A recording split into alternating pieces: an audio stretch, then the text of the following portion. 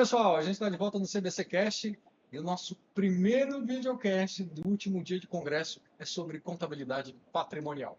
Para falar aqui comigo está o Diogo Duarte, ele é contador, especialista em contabilidade pública e autor de cinco obras na área, né, Diogo? E ele participou do painel Integração entre Patrimônio e Contabilidade Pública para alavancagem da qualidade da informação. Seja muito bem-vindo ao CBC Cast. Maravilha, muito obrigado. É um prazer estar aqui, compartilhar conhecimento e mostrar que a contabilidade pública ela está dentro de padrões internacionais.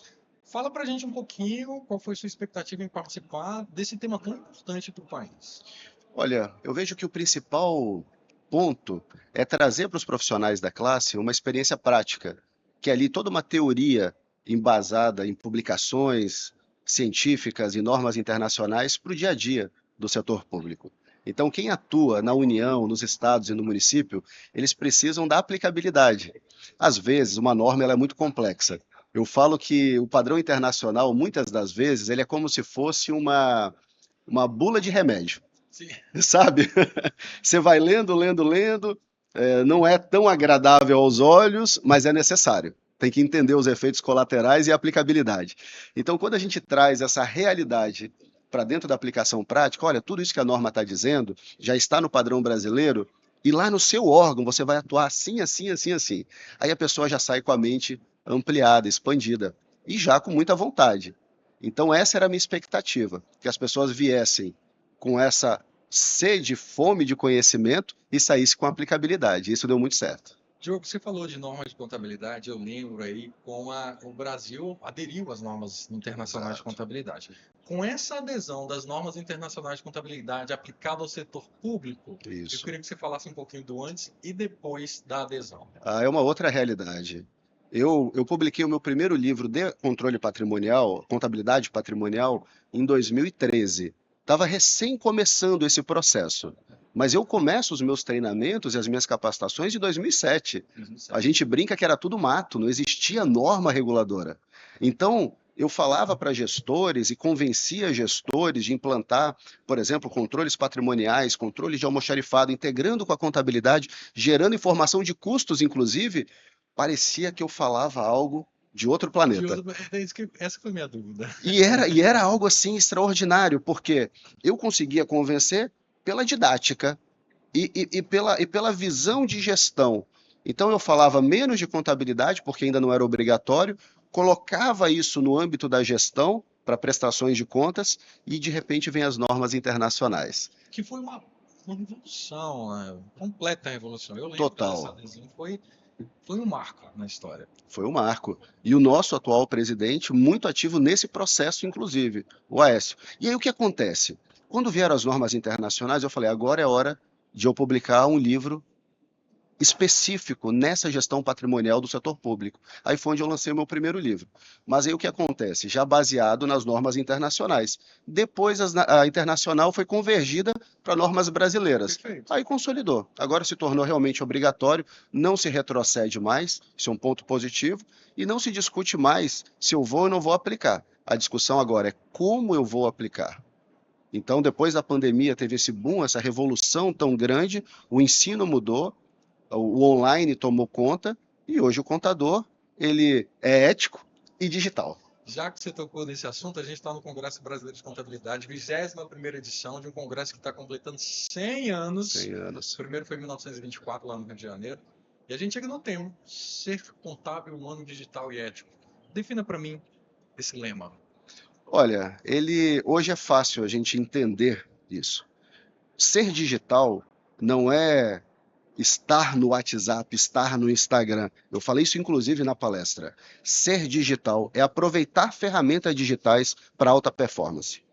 É esquecer os itens adjacentes e fazer o seguinte, eu vou mergulhar nesse mundo. Perfeito. Hoje, por exemplo, no meu canal do YouTube tem conteúdo gratuito, tem profissionais entregando conteúdos gratuitos. Isso é ser digital. E o marketing digital. Né? Aí o marketing digital. Agora, se o profissional ele não entende que isso é uma necessidade, ele entra no processo que foi do último congresso, ele vai entrar numa avalanche disruptiva que ele vai ficar para trás. E eu estou vendo isso no mercado. Grandes profissionais que são éticos, mas não se tornaram digitais. Estão ficando aquém de novos profissionais com menos conhecimento, e eu vejo isso, enxergo isso no dia a dia, que estão tomando esse lugar no mercado. E aí eu me pergunto, por que que um profissional com 20, 30 anos de experiência está perdendo, muitas das vezes, o seu papel de transformador do setor público na contabilidade para alguém que está entrando com pouca experiência? Porque ele esqueceu que ser digital hoje é uma necessidade. Então, é isso que eu te pergunto. Você acha que os contadores públicos, eles não acompanharam a evolução da tecnologia, pararam, não evoluíram? Assim, Eu, porque há uma diferença, né, do serviço público para o privado. Eu começo a ver que os contadores que não trabalham no setor público, eles são muito mais ativos com a tecnologia. exato. O contador público, ele tem aquela de sou servidor público, vou ficar quietinho. Você percebe isso ou eu estou viajando? Não, eu percebo totalmente. Mas tem um detalhe que é importante. Por exemplo, um servidor público concursado, eu vou mostrar como esse cenário está mudando. Sim, Ele não tem o medo, o receio de ser demitido. Então, isso o coloca numa zona de de conforto. conforto. Aí começa meu questionamento.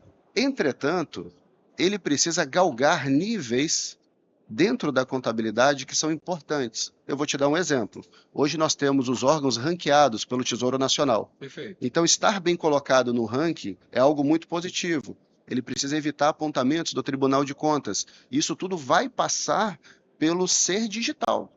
Ele precisa de ferramentas, de tecnologia, ele precisa de técnicas hoje. Como eu falei na minha palestra ontem, eu perguntei, gente, contabilidade e integração com patrimônio, a gente está lidando, depois ao final da palestra, mais com pessoas ou com técnica? Pessoas. E pessoas hoje se conectam no digital. Elas não se conectam tanto mais no pessoal. Eu preciso, por exemplo, mostrar para o meu gestor o quanto a nossa contabilidade evoluiu dentro daquele órgão, também de uma forma digital, no portal da transparência, na divulgação para os usuários. O usuário hoje da contabilidade pública, ele é um eleitor. Então o gestor, ele quer aquele eleitor usando da minha informação e revertendo isso também num ganho político para o dirigente. E o profissional da contabilidade ele tem esse papel, porque os stakeholders da contabilidade pública são eleitores, e é isso que o liga à alta administração. Então, se ele não entende essa linguagem de produzir uma informação fidedigna, ele está automaticamente colocando o gestor dele em risco. Se ele não consegue passar com transparência essa informação, o, o gestor dele, que é um agente político, ele está sendo colocado em risco, em dois sentidos. Não prestar conta à sua população, na qual ele é o gestor, porque é público, e também o Tribunal de Contas cobrando efetivamente a falta de transparência. E a transparência hoje é digital. É digital. Eu sou do tempo em que não era. Somos. Somos. Somos. Eu sou do tempo que a transparência ela era direto ao tribunal, em papéis impressos, Vários papéis. muitos papéis, caixas, levando ao tribunal, e os tribunais de contas que eu treinava me perguntando, professor, como é que a gente reorganiza? Eu já tive essas perguntas de alunos de tribunal de contas. Como é que eu reorganizo o nosso tribunal? Porque nós já temos 2 salas para armazenar prestações de contas e não tem mais espaço. Isso hoje não existe mais.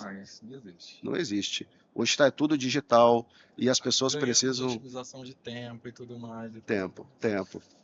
Diogo, muito obrigado pela sua participação no CBcast. Já te convido para participar no nosso podcast lá no Conselho Federal de Contabilidade Conta Mais. É um assunto importante a contabilidade pública. Tem muita gente interessada em saber como funciona o nosso controle patrimonial. Maravilha. É isso? Posso dar um recado final? Por favor. Tudo certo. Todos, contadores e contadoras que atuam no setor público, invistam no conhecimento técnico e, paralelamente, invista nas relações interpessoais. Se planeje, se programe para treinamento de desenvolvimento pessoal, oratória, porque isso é necessário para que a nossa classe se fortaleça. Muitas das vezes eu enxergo profissionais que não são da área contábil se destacando no cenário público porque conseguem demonstrar as informações e trazer transparência de algo que é produzido dentro da contabilidade e tirando o brilho do profissional contábil. Então, invistam nessa área, no marketing digital, daquilo que você entrega de melhor, no bom sentido, não aquele marketing né? Que traz autoridade de quem não é. Se você já é, essa autoridade tem que subir com você. Se já é um profissional ético, já é um profissional competente, mostre-se, porque nós precisamos disso. A nossa classe cada vez mais se fortalece. E como eu disse, o setor público, nós temos alguns que estão entrando na disrupção e ficando para trás, mas muitos outros já estão despontando como grandes agentes dessa revolução digital. Seja você também um transformador digital. É isso. Muito obrigado mais uma Eu vez. que agradeço. E a gente se vê no próximo CPCast. Maravilha.